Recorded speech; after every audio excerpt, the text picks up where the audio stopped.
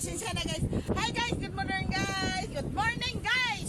Sa video na ito ng vlogger na si Emma Amit, magiliw niyang ipinapakita ang buhay sa tabing dagat sa Puerto Princesa, Palawan. Banta guys, maro na nag-hike-hike o green lock. Ang huling content na kanyang ipinost, kumakain sila ng mga lamang dagat. Pero ang kanyang sigla, hindi na muling masisilayan matapos siyang pumanaw dahil sa hinihinalang pagkain ng nakalalasong devil crab. Ayon sa kapitan ng barangay Luz Viminda, February 6 nang lutuin ni Emma ang mga alimangong nahuli ng kanyang asawa.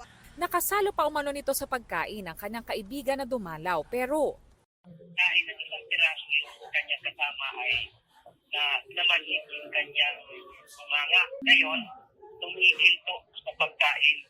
Ayaw na dahil naglalaway na daw po siya. Pero si Emma tuloy pa rin daw sa pagkain. Tapos kumain, mahirap na kung huminga. Then, sinugod ka agad sa pag-inhat sa nilang clinic na parang hospital.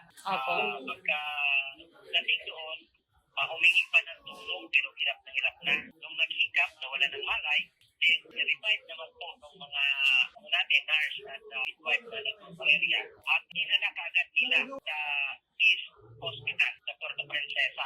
Idineklara na siyang dead on arrival. Sabi ng barangay, isinugod din sa pagamutan ng kanyang kaibigan pero magaling na ito at nakauwi na ng bahay. Talagang hindi naman nagtitigil yung ating gobyerno sa pagpaalala. Kaso lang ma'am, dahil siguro nakalimutan yung itsura nung devil crab na yun at nakita nila talagang napakam-pakam yung naturang crab. Kaya siguro kinain nila. Kinumpirma ng kapitan na si Emma na ang ikatlong namatay sa kanilang barangay dahil sa pagkain ng devil crab. Ayon sa profesor ng UP Marine Science Institute, ang mga phytoplankton na kinakain ng devil crab ang nagiging sanhi kung bakit ito nakalalason. Mismong crab ay hindi gumagawa ng lason. Pero dahil may mga mikroorganismo na gumagawa ng lason na nakakain ng crab, ito ay pwedeng maipon doon sa mismong crab. Dahil madami yung microorganisms na gumagawa ng lason sa reef, mas madali itong maipasa doon sa mga crab na nakatira din sa mismong reef. Ang neurotoxin anya ang nagdudulot ng mga sintomas tulad ng paralysis at depende anya sa dami ng toxin ang bilis ng epekto nito sa tao. Isang bagay yan na dapat tingnan ng BIFAR. Malaman sana kung saan madami at mataas yung toxin na available sa environment para mas mabigyan ng pansin kung sino yung mga komunidad na dapat talagang pagbawalan.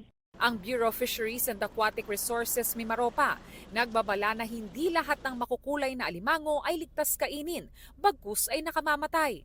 Kabilang dito ang devil reef crab at green egg crab.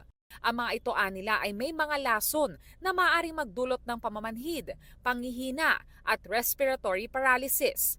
Kahit lutuin at pakuluan, hindi nila nawawala ang lason nito.